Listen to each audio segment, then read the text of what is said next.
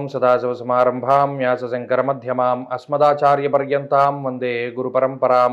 జ్యోతిష్ శాస్త్రాన్ని భావితరాల వారికి ప్రసాదించిన ఋషుల యొక్క పాదపద్మాలకి నమస్కారం చేసుకుంటూ, అలాగే నాకు ఈ జ్యోతిష విద్యను నేర్పిన గురువర్యులు జ్యోతిష బ్రహ్మ కీర్తిశేషులు శ్రీ ఈరంకి సూర్యనారాయణమూర్తి గారు, సూర్యశ్రీ దైవజ్ఞ గారి యొక్క పాదపద్మాలకి నమస్కారం చేసుకుంటూ, ఓం శ్రీ మహాగణాధిపతి నమః, శ్రీ గురుభ్యో నమః, హరి ఓం.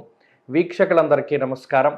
మే నెల 26వ తారీఖు లగాయతు జూన్ 1వ తారీఖు వరకు ఉండేటువంటి గ్రహగతుల ఆధారంగా ద్వాదశ రాశుల వారికి ఈ వారం ఏ విధమైనటువంటి శుభాశుభ ఫలితాలు కలగబోతూ ఉన్నాయో ఈ కార్యక్రమం ద్వారా తెలుసుకుందాం. అందులో భాగంగా ఈ వారం ఉండేటువంటి గ్రహగతులను గమనిద్దాం. ఈ వారంలో వృషభ రాశి యందు గురు, రవి, శుక్రగ్రహాల యొక్క సంచారము, అలాగే మేషరాశి యందు బుధుడు, మీనరాశి యందు రాహు కుజుల యొక్క యుతి, అలాగే కుంభమందు శనేశ్వరుడు, అలాగే కేతువు కన్యారాశిలో ఉండగా చంద్రుడు ధనస్సు, మకరం, కుంభాలలో సంచారం చేయబోతూ ఉన్నారు.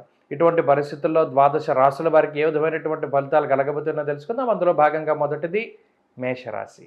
మేషరాశి వారికి ఈ వారం సానుకూలమైనటువంటి గ్రహస్థితి గోచరిస్తూ ఉన్నది. ఈ రాశి వారికి 2వ స్థానమందు శుక్రుడు, అలాగే గురుగ్రహము అనుకూలిస్తూ ఉండగా లాభస్థానమందు శనేశ్వరుడు అనుకూలమైనటువంటి ఫలితాలను ఇస్తూ ఉన్నారు. ఇక ఈ రాశి వారికి ఉన్నటువంటి అర్గళము ఏదైతే ఉన్నదో, కుజ రవుల తాలూకు అర్గళం, ఆ అర్గళం పాప ఫలితాలని ఇస్తూ ఉన్నది. చంద్రబలం ఈ వారం ఈ రాశి వారికి అధికంగా ఉన్నది. అయితే ఇటువంటి గ్రహస్థితిలో ఆర్థిక పరిస్థితులను కనుక మనం బేరేజు వేసుకున్నప్పుడు హీనత్వం దుష్ట సంసర్గో మనస్థాప శిరోవ్యధ అంటూ ఉన్నది శాస్త్రం. అనగా ఈ రాశి వారికి కొంత అనవసరమైనటువంటి ఖర్చులు ఎక్కువ, అలాగే నిష్ఫలం కృషి వాణిజ్యం అన్నారు. మరీ ముఖ్యంగా ఈ వారంలో చేసేటువంటి పనులు కానీ, లేదా ఈ వారంలో ప్రారంభించేటువంటి వ్యాపారాలు కానివ్వచ్చు, లేకపోతే ఉద్యోగ ప్రయత్నాలు అవ్వనివ్వచ్చు, ఇవన్నీ కూడా చాలా నిదానంగా మందకొడిగా ముందుకు సాగడానికి అవకాశం ఉంటుంది. సాధ్యమైనంత వరకు ప్రతి పని కూడా పూర్తి కాకమునుపే అది ఆగిపోవడానికి లేదా విఘ్నాలు కలగడానికి ఈ వారంలో గ్రహస్థితి ఎక్కువగా సహకరిస్తూ ఉన్నది. ఈ పరిస్థితి ఆర్థికంగా కూడా ప్రభావం చూపెడుతూ ఉంటుంది.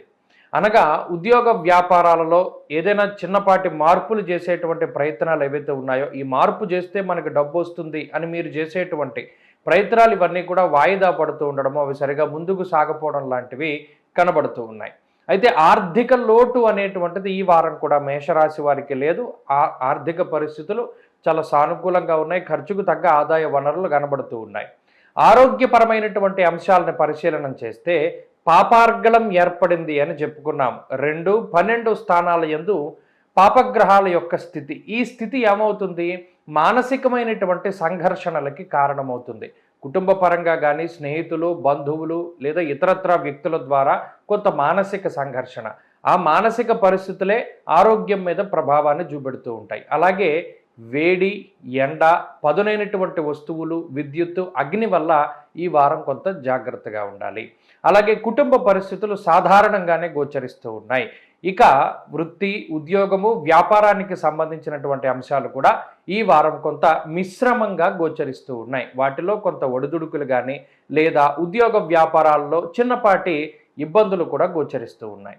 విద్యార్థులకి గ్రహస్థితి సాధారణంగానే ఉన్నది. అయితే స్త్రీలకి కూడా ఈ వారం కొంత మిశ్రమమైనటువంటి ఫలితాలు ఉన్నాయి. ఆరోగ్యం పట్ల శ్రద్ధ వహించాలి. మేషరాశి వారి వారం మరింత అనుకూలమైనటువంటి ఫలితాలని సాధించడానికై సుబ్రహ్మణ్యేశ్వర స్వామి వారి యొక్క ఆరాధన చేస్తూ ఉండడం చెప్పదగినటువంటి సూచన. ఈ వారం కలిసొచ్చేటువంటి రోజు గురువారంగా చెప్పవచ్చును. అదృష్ట సంఖ్య 2, అదృష్ట వర్ణము లేత పసుపు రంగు. తదుపరి వృషభ రాశి.